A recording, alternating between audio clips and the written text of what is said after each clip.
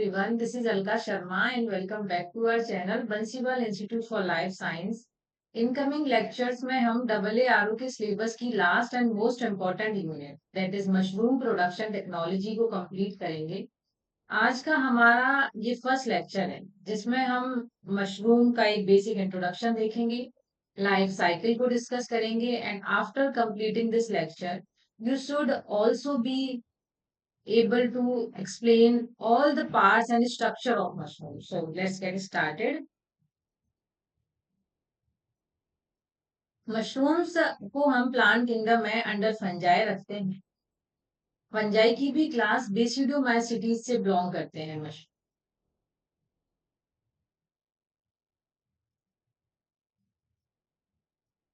Fungi को non green plants इसलिए कहा जाता है क्योंकि उनमें green pigments that is chlorophyll absent होता है। क्लोरोफिल की एब्सेंस की ही वजह से ये सनलाइट को यूज नहीं कर सकते जस्ट लाइक प्लांट्स, और ऑटोट्रॉप्स ना होकर के डेड डिकेइंग मैटर पर ग्रो करते हैं। इसलिए इनको saprophytes as per nutrition fungi saprophytes.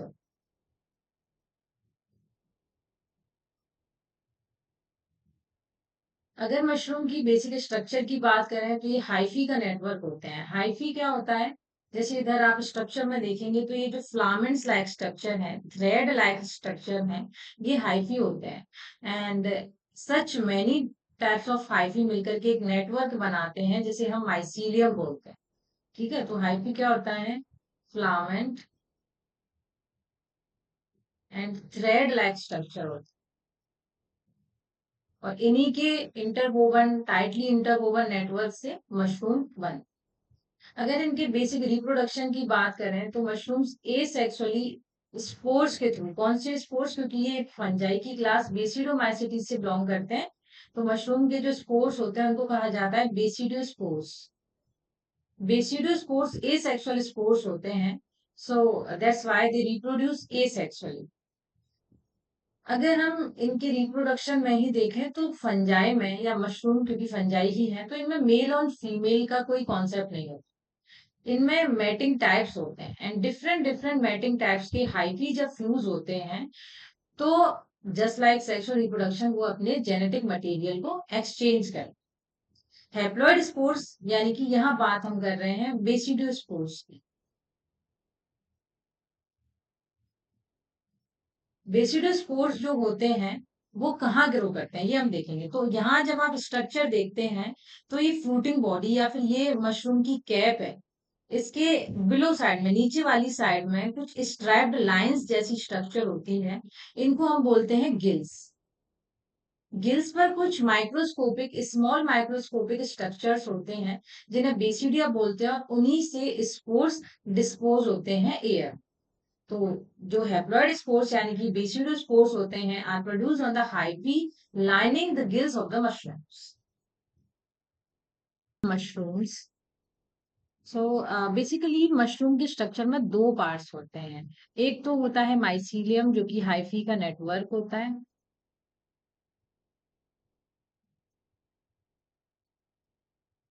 And second one is स्पोरोफियर, इसी को हम बोलते हैं बेसिडियोकार।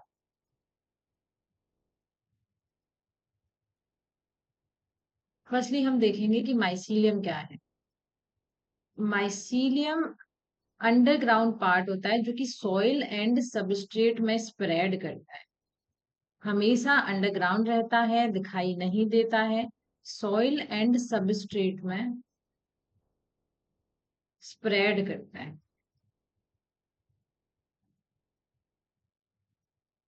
और इसका जो मेन फोकस होता है वो न्यूट्रिएंट एब्जॉर्प्शन पर होता है, न्यूट्रिएंट गैदरिंग पर होता है, and it is a source of food for mushroom. यानी कि जो आपका ग्रोइंग वाला पार्ट होगा उसके लिए फूड सोर्स का काम करता है। एंड माइसीलियम के बारे में एक और बात आपको याद रखनी है कि it can live for 100 of years। अगर आप फ्रूटिंग बॉडी को प्लग भी कर लेते हैं वहां से, फिर भी उसका माइसीलियम, मशरूम्स का जो माइसीलियम होता है, 100 of years ये लाइव करता है if it gets enough food. अगर आपका सॉइल एंड सबस्ट्रेट में इनफ फूड है तो जो मशरूम का माइसीलियम है 100 of years ये ग्रो कर सकता है।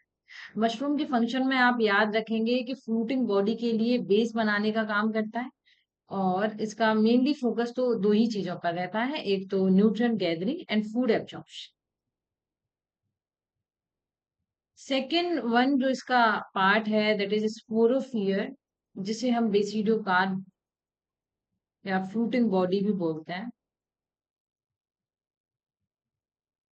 यही एडिबल पार्ट होता है जिसे हम लोग खाते हैं।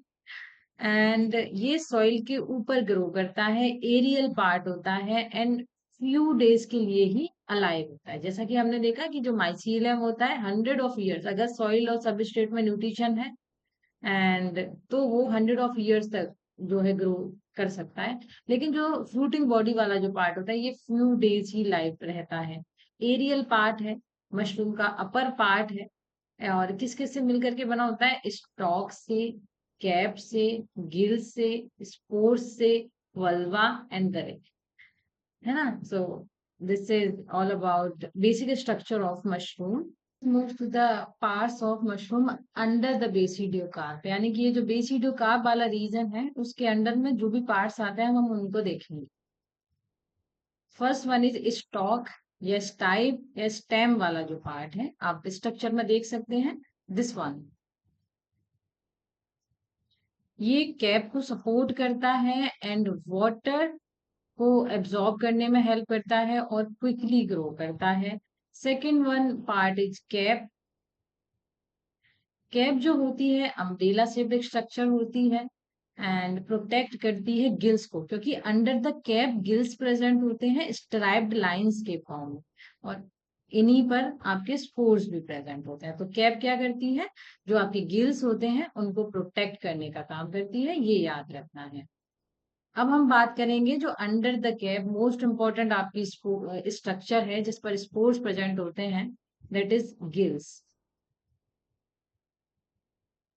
गिल्स अंडर द कैप होते हैं, प्रोड्यूस करते हैं स्पोर्स। इनका आपको फंक्शन याद रखना है। गिल्स का क्या करते हैं? स्पोर्स प्रोड्यूस करते हैं और फर्टाइल होते हैं, है ना? नेक्स्ट वन इज स्पोर्स देखेंगे। Spores tiny seed like structure होते हैं and they are the reproductive part of a mushroom. Spores एक तो सीड लाइक स्ट्रक्चर होते हैं, रिप्रोडक्टिव पार्ट होते हैं मशरूम का।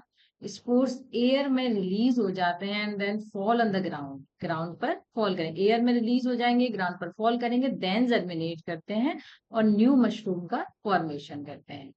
इसमें थोड़ा सा एक पार्ट है जिससे क्वेश्चन बन सकता है, उसको आप याद रखेंगे। वल्वा।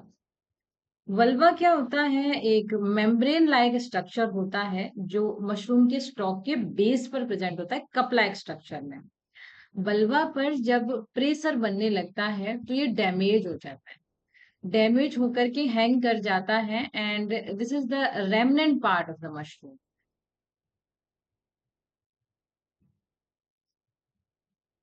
मेम्ब्रेन के जो रिमेन्स होते हैं वो वाला पार्ट होता है, यंग मशरूम को कवर करता है। और जब इस पर प्रेशर बनने लगता है तो ये डैमेज हो जाता है and after that this will hang out. So this is all about basic part and basic introduction of mushroom. Let's move to the mushroom life cycle. As I told you before कि जो mushrooms होते हैं उनके cap के जो lower वाला regions होता है उन पर स्ट्राइप्ड लाइंस के फॉर्म में गिल्स प्रेजेंट होते हैं। गिल्स पर माइक्रोस्कोपिक, स्मॉल माइक्रोस्कोपिक स्ट्रक्चर्स होते हैं जिनको हम बेसिडिया बोलते हैं। बेसिडिया में जब मेयोसिस होता है तो हैप्लॉइड स्पोर्स का फॉर्मेशन होता है।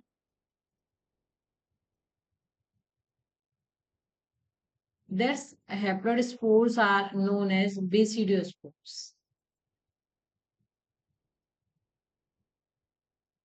यहाँ सेकंड स्टेप में आप देख रहे हैं कि जब इन्वायरमेंटल कंडीशंस फेवरेबल होती हैं, just like light, moisture, temperature, germination के अकॉर्डिंग होता है, उस टाइम पर जो स्पोर्स होते हैं वो एयर में या इन्वायरमेंट में डिस्पर्स्ड या रिलीज हो जाते हैं। एक बेसिडियोस्पोर जब जर्मिनेट करता है तो उसमें से सिंगल हाइफी ग्रो करता है। हाइफी ग्रो करेगा एंड मैनी सच हाइफी जब मीट करते हैं, कंबाइन करते हैं, तो एक नेटवर्क का फॉर्मेशन करते हैं। और इस नेटवर्क को ही हम बोलते हैं माइसीलियम। माइसीलियम क्या होता है? बहुत सारी हाइफी का एक नेटवर्क होता है। आफ्टर माइसीलियम फॉर्मेशन प्रिमोडिया का फॉर्मेशन स्टार्ट हो जाता है। प्रिमोडिया को याद रखना है कि मशरूम प्रोडक्शन की ट्रांजिशन स्टेज होती है।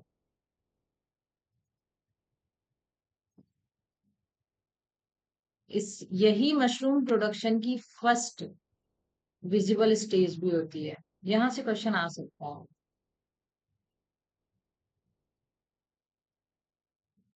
प्रिमोडिया क्या होते हैं? जो आपके हाइफी होते हैं, कुछ डेंस हाइफी आपस में फ्यूज होकर के नोट्स या बटन लाइक स्ट्रक्चर का फॉर्मेशन करते हैं, जिसको हम प्रिमोडिया बोलते हैं।